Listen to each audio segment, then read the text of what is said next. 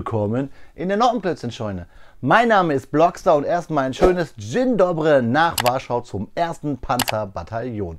Denn die bekommen bald neue Panzer und da hat sich Kobi gedacht, ha, diese Panzer können wir doch jetzt schon mal in einen Karton packen. Und dieses Set habe ich mir gekauft, die 2623, den M1A2 SEP V3 Abrams, den amerikanischen Main Battle Tank, hier in der polnischen Version. Diese Fahrzeuge werden bis 2026 an die polnische Armee ausgeliefert. Dieses Fahrzeug ist quasi eine Sonderedition, denn wir haben hier eine Plakette und eine Minifigur vom 1. Panzerbataillon aus Warschau im Karton enthalten. Ich bin gespannt auf diese 1017 Steinchen und diese Minifigur. Freunde, kommt mit mir jetzt hier auf den Bautisch und dann schauen wir uns den Inhalt des Kartons genauer an.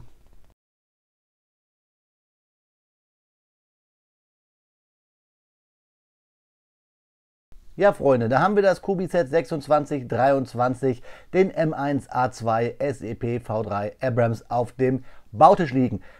1017 Steinchen, eine Minifigur hier mit dem Sonderemblem des Panzerbataillon 1. Da haben wir auch hier auf dem Fahrzeug die Nixe und die 1 und einen Unteroffizier eben aus diesem Bataillon. Das Fahrzeug NATO-Lackierung, Dreiftarn, Markierungen, wie es zukünftig wohl in Polen eingesetzt werden soll und am Hintergrund so schöne Buchen, polnische Tiefebene, würde ich sagen. Armed Forces habe ich euch gesagt, Maßstab 1:35. Schauen wir uns die Rückseite an. Da sehen wir hier ein Fahrzeug in Originallackierung. Die Fakten bekommt ihr gleich. Da sehen wir hier unseren Unteroffizier, den Polish Army Sergeant Tank Commander, so wird es hier genannt, mit dieser Plakette. Das Fahrzeug wird 27,5 cm lang und 11 cm hoch und wir sehen hier, dass wir Klappen abmachen können. Dann sehen wir nämlich hier die Munitionsbehälter. Wir können hinten die Gasturbine sogar uns anschauen und wir können den Turm drehen und die Luken öffnen. Viel wichtiger ist natürlich, wann wurde dieses Set hergestellt. Das sehen wir immer, wenn wir den Karton zu uns nehmen und hier auf der rechten Seite die Laschen öffnen. Das mache ich jetzt und nach einem Snap sehen wir, was sich in dem Karton verbirgt. Ja, Freunde, da haben wir den Inhalt auf dem Karton. Die Anleitung, klammergebunden, sehr schwer, diesmal DIN A4. Aber bevor wir uns das alle angucken, schauen wir uns mal an, wann das Set hergestellt wurde. Am 9.12.2022 um, ja, 12:30, also vor 22 Tagen wurde dieses Fahrzeug in diesen Karton gepackt. Freunde, mit der Anleitung habe ich euch gerade gesagt, das gleiche Bild wie auf dem Karton, nur der Hintergrund ist schwarz. Wir sehen ab 9 Jahren eine traurige Zwiebel, Captain Planet, einmal in der Blitze schießt und so weiter und so fort. Wir sehen, dass wir hier nur bedruckte Fliesen haben und dass alles Karton und Anleitung in der EU gedruckt wurde. 1017 Steinchen. Wie folgt. Hier oben haben wir eine Anleitung. Für alle, die nicht wissen, wie Kobi-Anleitung funktioniert, erkläre ich es kurz. Hier sehen wir nämlich immer, was für Slopes und was für Tiefen wir hier bei den Steinen, die die Redeaufhängung haben, wir brauchen. Das wird immer mit 1, 2, 3 gekennzeichnet oder manchmal auch mit ABC. Wir sehen hier, wir haben verschiedene Winkel bei den Slopes. Wir sehen ja auch hier mit der 1, dass wir eine Oberbauabschnittsgruppierungstüte haben. Die sehen wir hier. Insgesamt sind es 3 Tüten mit tollen Kobi-Steinen. Die Anleitung sehr schwer. 3 Tüten für einen Panzer, auch eine ganze Menge. 1017 Steine, ich habe es euch gesagt. Kommen wir zurück zu den Anleitungen. Ist nach Bauschritten immer fortlaufend, keine Seitennummerierungen. Was wir bauen, ist farblich. Was wir gebaut haben, ist in so einen, ja, hellgrau, hellblau gehalten. Hier sehen wir 7. Wir brauchen hier eine andere Achsführung als hier, wie wir hier auch haben. Also sehen wir hier 7. Den Stein benutzen wir. Das geht so weiter. Wir haben auch sogar Legenden, wo wir sehen, welche Fliesen wir wie wo anlegen müssen.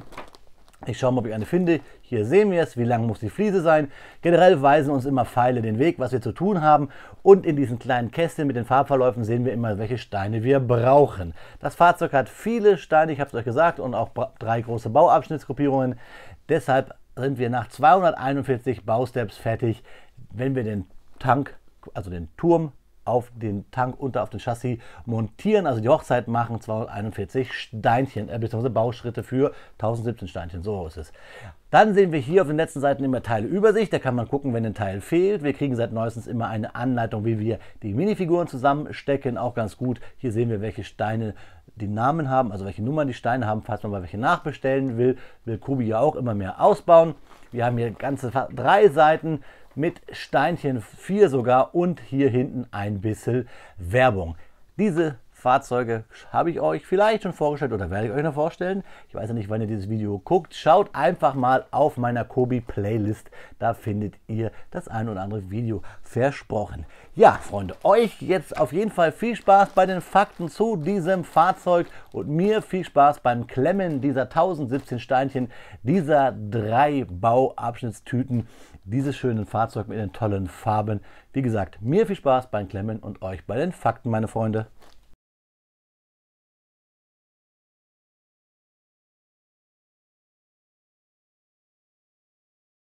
Speedbildzeit ist Faktenzeit und natürlich sprechen wir heute über den M1 Abrams, den Main Battle Tank der US-amerikanischen Streitkräfte.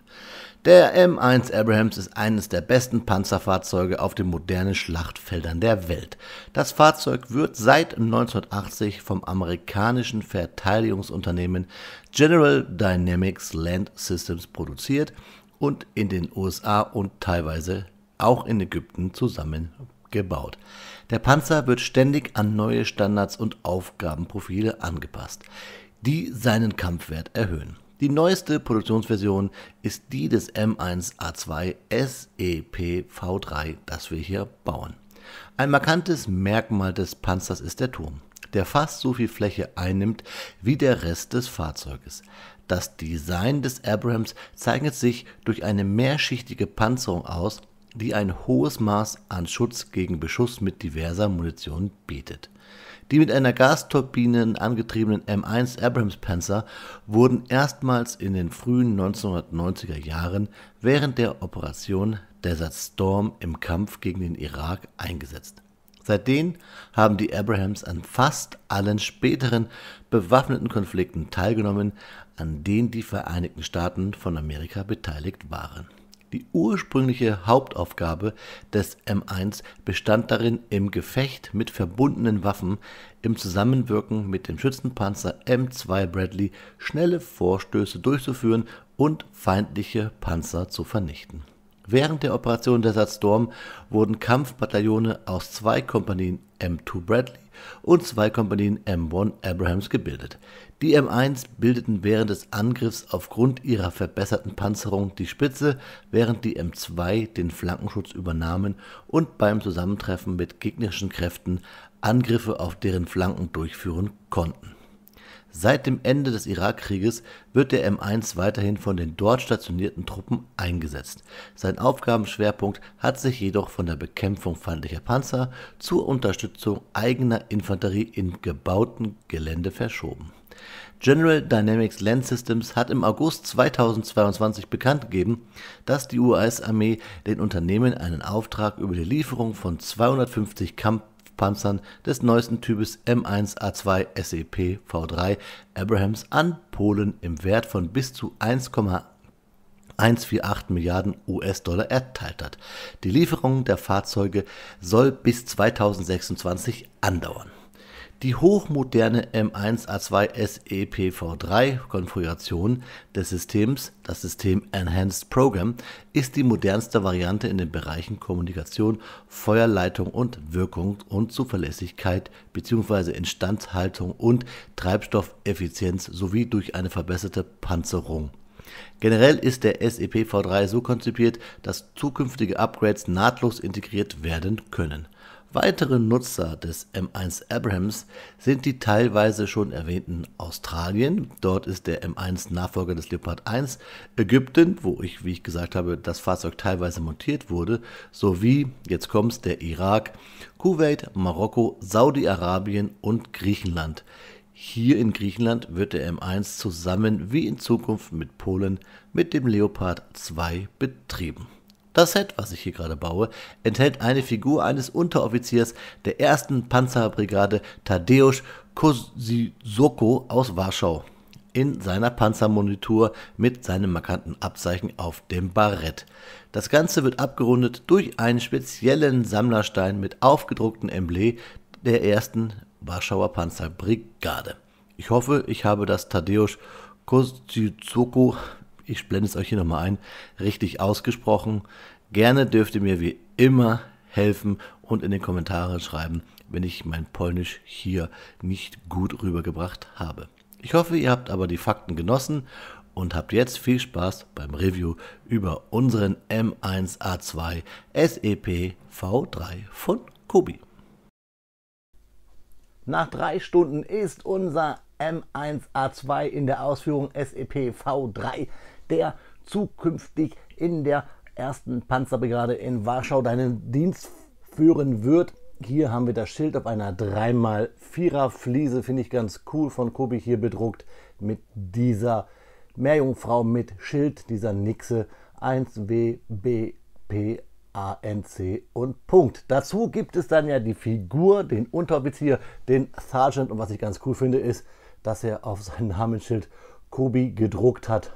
Oben das Barett mit den Abzeichen, das typische polnische Wappen, und wir sehen, er hat eine Panzerkombi an. Sehen wir auch nochmal in groß links daneben, also das digitale Bild, während ihr hier die Figur seht. Ihr bekommt die Figur aber nachher auch natürlich noch einmal bei den Detailbildern. Die Schuhe sind hier natürlich dran gebaut, sind die neueren, die kürzeren allerdings. So, machen wir mal kurz scharf, liebe Kamera. Das Gesicht ist ziemlich freundlich. Ihr seht den Herrn. Ja, ich habe ein paar Steinchen über, möchte aber hier nicht die Hand für ins Feuer legen, dass ich nicht vielleicht den einen oder anderen Baustep vielleicht übersehen habe, der nicht ganz so wichtig war. Aber ein bisschen was an Stein haben wir über, gefällt mir immer. Das Fahrzeug hat einfach Spaß gemacht zu bauen. Ein großes Nachteil hat es aber, es fährt nicht wirklich. Also man muss richtig drücken, bis man es fahren lassen kann, denn eigentlich drehen sich effektiv nur die Antriebsräder. Also hier, der Rest rutscht über die Gummiräder, die sind sehr spack, die sind auf der letzten Naht genäht, eingeklemmt in der Felge, geht nicht, zeige ich euch aber gleich. Schauen wir uns aber erstmal das Fahrzeug genauer an. Von vorne hier in dieser typischen NATO-Europa-Tarnung möchte ich mal sagen. Schöne bedruckte Fliesen an den Hinges hier an der Seite. Schönes gebautes Tarnmuster vorne hier auf der Wannenfront und an der Kanone sowie am Turret, am Turm, und natürlich hier auch schön bedruckt die Symbole, hier das NATO-Symbol. Also richtig cool, und hier sehen wir halt auch nochmal die Nixe mit der 1. Oben die diversen Waffenstationen und Kommunikationsstationen. Hier nicht wundern, dass die Klappe offen ist, da kommen wir gleich zu. Die muss ich noch richtig zumachen. Habe ich eben gerade für die Fotos offen gehabt. So, und hier von der Seite auch schön das ganze Gelumpe und Geraffe am Turm. Hier die Ketten und auch die Stangen, die Kanister und den Sandsack, sowie hier noch die 2 Kisten, und hier dann an der Seite auch weiter mit der Schürze. Ja, hier seht ihr es, dass die Räder nicht richtig eingerastet sind oder bis nach vorne gerastet sind mit dieser Achse, dieser Führung, deswegen drehen die sich nicht wirklich gut, sind also Spack. Bei anderen Fahrzeugen von Kobi kennt ihr es ja vielleicht, aber da haben wir auch keine Doppelbereifung hier mit Gummi. Kette habe ich hier relativ Spack gemacht, passt ganz gut, habe aber auch kein Kettenglied über, habt ihr ja gesehen. Schön finde ich hier hinten dieses neue Antriebrad, habe ich so noch nicht gesehen, stecken wir auf diese gewöhnlichen Zahnräder von Kobi drauf, die kennen wir, ich mache es mal ganz kurz hier ab. Auf dieses hier stecken wir quasi dann dieses Teil. Hier ist jetzt also mal ganz kurz losgegangen. Ich möchte euch aber ja ein bisschen weiter noch was zeigen hier am Fahrzeug, nämlich hier unten den Druck. So haben wir nämlich eigentlich dann alle Drucke gesehen, bis auf hier oben dieser Turm mit den Gläsern hier, die sind auch leicht aufgedruckt. Und hier haben wir sogar Transclear-Steine auf den Waffengondeln. Finde ich richtig cool, daher gefällt mir dieses Fahrzeug. Also ich muss sagen, 1000 Steine für einen Panzer, klar, aber 3 Stunden Bauspaß permanent, das ist wirklich cool. Auch hier vorne diese schrägen Steine habe ich so noch nicht gehabt, auch gerade von unten. Hier die Unterseite zeige ich euch mal, finde ich richtig schöne Bautechniken. Kobi macht sehr toll, wenn Sie einen Stein brauchen, dann drucken Sie ihn sich einfach, beziehungsweise nicht drucken, pressen Sie ihn sich, stellen ihn einfach her. Ihr seht hier unten diese Steine für diese Schräge. Ich weiß nicht, ob es sie schon mal irgendwo gab. Bitte mich einfach korrigieren, berichtigen, mir sagen, wenn es sie irgendwo gab. Und hier haben wir auch nochmal, seht ihr, Drucke um die Transclear-Teile hier. Und wir haben auch hier angedeutet Drucke, sowie hier auch beim Schwarzen auf der anderen Seite. Seht ihr, hier haben wir auch Drucke, sowie vorne. Also gefällt mir richtig gut. Wir lassen den Turm mal kurz ab, denn dann kann ich euch ein bisschen was zeigen, nämlich was den Motor angeht. Wir können nämlich hier die Klappen abmachen und können in den Motorraum gucken. Also wir können hier hinten das so umklappen und können an die Turbine ran. aufklappen und dann nehmen wir hier den Deckel weg. Der ist einfach nur so reingesteckt. Das kennen wir bei vielen Kobi-Panzern und können dann in die Gasturbine reingucken und es sieht auch sehr turbinenhaft aus. Man kann sie auch relativ leicht rausnehmen, aber ja, so zack, und so könntet ihr quasi sogar einen Feldwechsel der Turbine irgendwie simulieren, wenn ihr das wollt. Und dann klemmen wir sie einfach wieder rein, zack, schon ist die Gasturbine wieder drin. Finde ich cool, dass Kobi hier immer den Weg geht, ein bisschen mehr den Motorraum innen drin zu zeigen. Ja, hier haben wir was zum Aufhängen, können wir also auch abschleppend spielen. Klappe zu und von hinten haben wir hier auch nochmal, seht ihr dann, die Rückfahrleuchten und dieses schöne gebaute Muster. Und hier sehen wir es nochmal, dass wir hier teilweise bedruckte Teils an den Hinges haben, beziehungsweise diese Mischmasch-Teils, Hinges, und auch die Farbechtheit ist jetzt sehr nah dran. Geht ja irgendwie nie, aber finde ich cool. So, also nie 100%, das meine ich. So, dann sehen wir von innen nochmal die Aufhängung. Das ist das, was ich meinte. Ihr seht hier, dass sie nicht ganz durchgehen. Und das ist dieses neue Teil, was ich meine. Was ich jetzt hier auch zum ersten Mal sehe. Kann sein, dass das woanders schon mal gab. Ich habe noch nicht alle neuen Fahrzeuge. Dann bitte einfach in die Kommentare schreiben. Von unten die Wanne sehr stabil gebaut. Ihr habt es im Speedbild gesehen. Ich bin wirklich hin und weg von diesem Fahrzeug. Und hier auch angedeutet haben wir eine Klappe. Wir können das nämlich hier rausnehmen. Jetzt bräuchte ich Fingernägel. Das ist sehr schwer. Mal gucken, ob es die Schwerkraft macht. Nein. Aber wir können diese Klappe halt wie bei einer Panzerluke halt auch rausnehmen. So, ihr seht es. Ach, sie kommt raus. So, und dann können wir sie sogar wegdrehen. Na, wir bauen sie einfach mal aus. Dann kann ich es euch zeigen. Denn ich habe hier einfach keine Fingernägel. Aber auch hier, das Gute, dass der Stein abgefallen ist, da seht ihr, der ist an der Seite blau bedruckt.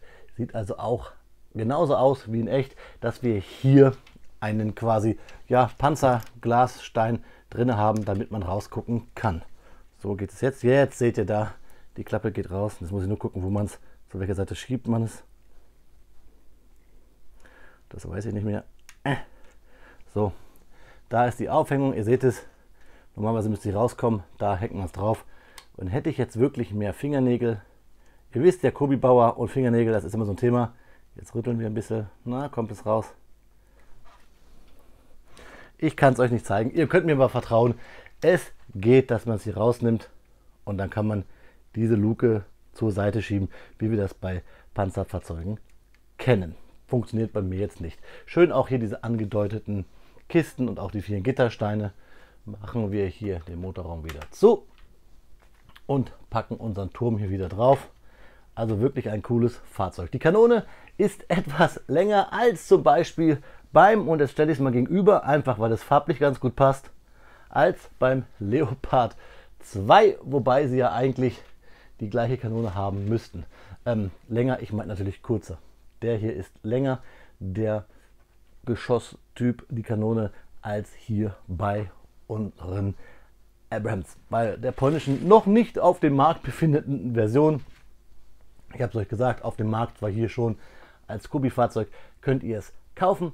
Aber das Fahrzeug wird ja erst bis 2026 komplett an die polnische Armee ausgerollt, ausgestattet.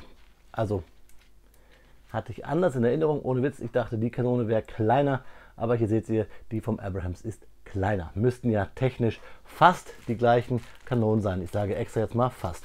Wir packen mal wieder hier das Schild hin und auch unseren Fahrer, denn ich möchte noch mal einen dritten Panzer einfach kurz gegenüberstellen. Das sind nämlich dann meine drei modernsten Panzer, die ich von Kobi habe, nämlich hier nochmal unseren Merkava. Das sind die drei modernsten Panzer, die ich habe, was Wehrtechnik angeht. Alle anderen sind Zweiter Weltkrieg bzw. Zwischenkrieg. Ja, auch vom Leo gibt es, weiß ich, modernere Versionen, gerade auch bei Kobi. Aber irgendwie finde ich, farblich wollte ich euch das mal hier so zeigen. Und es war eines meiner ersten Videos. Ja, Freunde, schreibt mir bitte mal in die Kommentare, was haltet ihr jetzt hier vom Abrams? Sagt ihr, wow, oder Abrams, so ist es viel richtiger. Ist das ein schönes Fahrzeug? Findet ihr das Zukunftsmodell hier? Weil, wie gesagt, das gibt es ja noch gar nicht so kritisch. Wollt ihr lieber den Desert Storm sehen? Ganz cool, auch hier oben sogar hier diese zwei Nupsis, dass wir es mit diesen Kettenenden eigentlich bauen. Das nochmal kurz als Nachtrag. Finde ich richtig cool. Ihr seht es hier. Sieht aus ein bisschen wie Mickey Mouse Ohren. Also sagt ihr, ja, cooles Teil oder nee, ich will lieber Desert Storm, das ist mir realistischer. Wie findet ihr im Vergleich zum Merkava oder zum Leo? Schreibt mir das mal bitte in die Kommentare. Ja, das war jetzt ein langes Review und ein bisschen ärgere ich mich jetzt, dass ich mich hier bei der Kanone vertan hatte, weil ich wirklich dachte, dass die hier etwas länger ist als hier beim Leopard 2. Naja, aber Männer und Längen einschätzen, das ist ja immer so ein Thema. Also wie gesagt, schreibt mir eure Meinung zu dem Set und auch gerne im Vergleich zu den anderen unten in die Kommentare. Ihr bekommt jetzt noch einmal Detailfotos, da könnt ihr noch einmal selber gucken, wie euch das Fahrzeug gefällt. Und dann gibt es noch einmal abschließende Worte. Ja Freunde, wie immer an dieser Stelle gibt es eine kleine Videoshow, ein paar Bilder, damit ihr euch selber noch mal einen Eindruck machen könnt rund um unser Kobi-Set 2623. Vielleicht findet ihr das ein oder andere Detail, auf das ich vielleicht gerade gar nicht eingegangen bin. Ich möchte euch aber noch zwei Fakten mit auf den Weg geben, nämlich, dass der M1 mit einer Gasturbine, mit einer AGT 1500 Multifuel Engine angetrieben wird von Honeywell, und das Thema Gasturbine gibt es auch im russischen T80. Also auch das System setzt sich immer mehr durch. Ein weiterer Fakt ist, dass der M1 beide Kanonen verbaut hatte, die es im Leopard 1 und Leopard 2 gibt. Nämlich im Leopard 1 ist eine Art der britischen L7 verbaut und auch so eine Kanone war ähnlich im M1 verbaut in den ersten Versionen. Aktuell ist eine 120 mm Kanone von Rheinmetall in Lizenz im M1 verbaut und diese Kanone hat auch der Leopard 2. Das hören die Amerikaner wahrscheinlich gar nicht gerne, aber der Leopard 1 und der Leopard 2 sind also im M1 auch irgendwie versteckt. Ja Freunde, das waren nochmal zwei Fakten on top. Schaut euch die Bilder nochmal an, wenn euch was fehlt. Viel Spaß jetzt aber bei meinen abschließenden Worten zum Abrams M1 aus Polen. Ja Freunde, wenn es am schönsten ist, soll man aufhören, und dieses Video hat mir von Anfang bis Ende Spaß gemacht. Fakten raussuchen und natürlich vor allen Dingen auch das Klemmen dieses tollen Sets. Mir gefällt es, es ist bunt, es hat also für ein Militärfahrzeug sehr bunt, es hat viele Drucke und hat auch eine besondere Geschichte hier mit den ersten Panzerbataillonen aus Warschau. Ich habe dieses Fahrzeug hier diesmal ohne Anleitung im Speedbuild gebaut, habt ihr vielleicht gesehen, denn was mir aufgefallen ist für ein sehr aktuelles Set, das Set kam jetzt ja schließlich im Dezember raus, ist faszinierend, dass man die Anleitung gleich digital bei Kobi findet. Das ist nicht bei jedem Set so, deswegen gefällt mir das richtig gut. Und ganz wichtig, was ich euch noch vergessen habe zu zeigen vorhin beim Review, ist nämlich, aber ihr habt es bei den Bildern gesehen, dass wir hier hinten noch die Klappe abnehmen können und wir haben hier Munition drin. Klappe zu, die auch bedruckt ist, und schon ist unser Fahrzeug einsatzbereit. Ja Freunde, schreibt mir bitte mal eure Meinung zum Video unten in die Kommentarspalte. Lasst mir gerne einen Daumen da. Ihr könnt auch einen negativen Daumen geben, wenn ihr sagt, nee, das Video hat mir nicht gefallen oder das Set mag ich nicht, wie ihr wollt. Hauptsache, ihr lasst generell etwas Feedback da. Und wenn ihr den Kanal noch nicht abonniert habt, würde ich mich über ein Abo freuen. Und wenn ihr ihn abonniert habt, drückt die Glocke, dann verpasst ihr kein Video mehr auf meinem Kanal. Also, eure Meinung zum Fahrzeug bitte unten in die Kommentarspalte. Und dann wünsche ich, Freunde, euch einen guten Rutsch ins neue Jahr. Bleibt gesund, klemmt was Schönes. Auf Wiederbauen, euer Freund, der Blockstar.